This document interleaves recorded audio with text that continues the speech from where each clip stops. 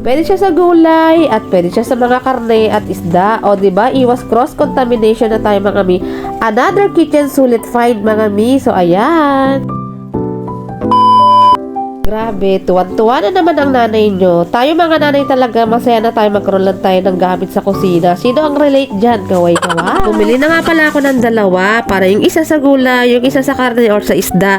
Ganto nga palang itsura niya, plastic type siya. Nakikita natin na acrylic pero ito sulit find ko na to dito sa Orange Apps. Meron din pala siyang kasamang stopper mga mi. Ganto po siya kung ilalagay ninyo. Gamit na gamit ko to ngayon sa kusina at mapapadali na talaga lahat ng aking gawain. Pwede na kayo magsala dyan ng pansit canton or pasta or gulay or isda or karne na bibilhin ninyo. Diba alam kong gusto mo rin mga kapwa ko kananay, nandyan lang sa comment section ang link ng shop na ito. Ganito pala siya kung titignan mo sa malapitan, plastic type lang talaga siya at mukha rin talaga siyang matibay. Sa comment section yung link ng shop na ito.